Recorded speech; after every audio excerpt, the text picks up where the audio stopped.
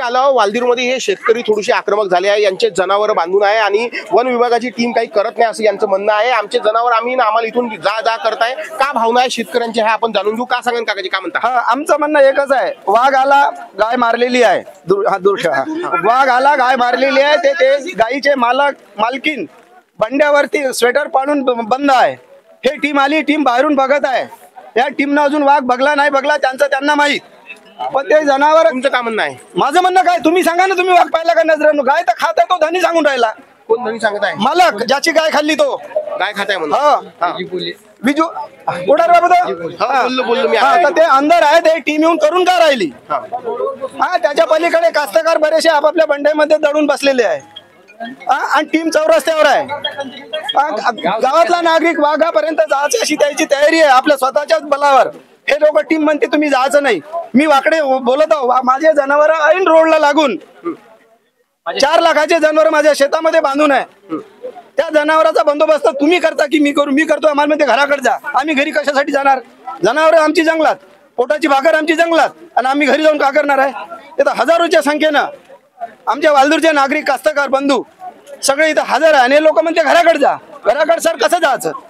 घराकडे कसं जातं असं म्हणताय? हे शेतकरी सगळे आक्रमक झालेले आहे, त्याच्याबद्दल हे भरपूर सारे भाग आहे शेतकरी आहे। आम्ही जातो ना वाघापर्यंत, आम्ही जातो वाघापर्यंत। वालदूरचे नागरिक स्वतः वाघावरी जायला तयार आहे, वालदूरचे नागरिक वाघापर्यंत जायला तयार आहे म्हणते, पण वन विभागाच्या 2 टीम समोर गेलेल्या आहे। त्या 2 टीम बंदुका देखील सोबत घेऊन गेलेल्या आहे, त्यांनाही तो वाघ दिसला आहे, त्या वाघाच्या मागच त्या टीम देखील आहे। मात्र शेतकऱ्यांमध्ये आमचं म्हणणं एकच आहे, यांनी कागदावर आम्हाला लिहून द्यायचं की आमच्याच्यानं वाघाचा बंदोबस्त होत नाही, तुम्ही करा। काय म्हणता भाऊ? आमचं म्हणणं असं पडलं की आम्हाला यायनं लेटर द्यायचं, आम्ही वाघाचा बंदोबस्त आम्ही करू शकतो।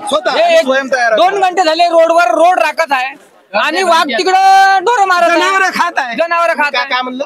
आम्ही स्वयं सर्व नागरिक बंदोबस्त करायला तयार आहे, आणि फक्त लिखित स्वरूपात द्यावं का आमच्याकडून काही होणार नाही। कशावरून म्हणता तुम्ही? काही ना काही शेतकरी सरकारचं म्हणणं आहे की जंगली प्राणी मारायचा नाही, जंगली प्राणी मारायचा नाही, तर त्याच्यावर पर्याय कोणता? तुमचे माणसं येऊन नुसते मुलमुल पाहता पण करत काहीच नाही, तो आमचा स्वतःचा बंदोबस्त आम्ही स्वतः करतो। का भाऊ, तुमचं काय म्हणणं आहे? तुम्ही कसं? बरोबर आहे, काय म्हणणं आहे? कारण का ते पण आम्ही डुक्कर मारायची परमिशन नाही। डुक्कर आमचं किती नुकसान करते आमच्या शेतकऱ्याचं, कितीतरी जंगली प्राणी नुकसान करत आहे, किती नुकसान करते, पण त्याला मारायची परमिशन नाही आम्हाला, तरी पण आम्ही मारतो, कारण आम्हाला त्याच्यापासून बहुत धोका आहे। शेतकऱ्यांमध्ये रोष आहे, आक्रमक शेतकरी कृषी वन विभागाच्या अधिकारी कर्मचाऱ्यांकडून या ठोस उपाययोजना केली जात नाही म्हणून चिडलेले आहे सर्व लोक।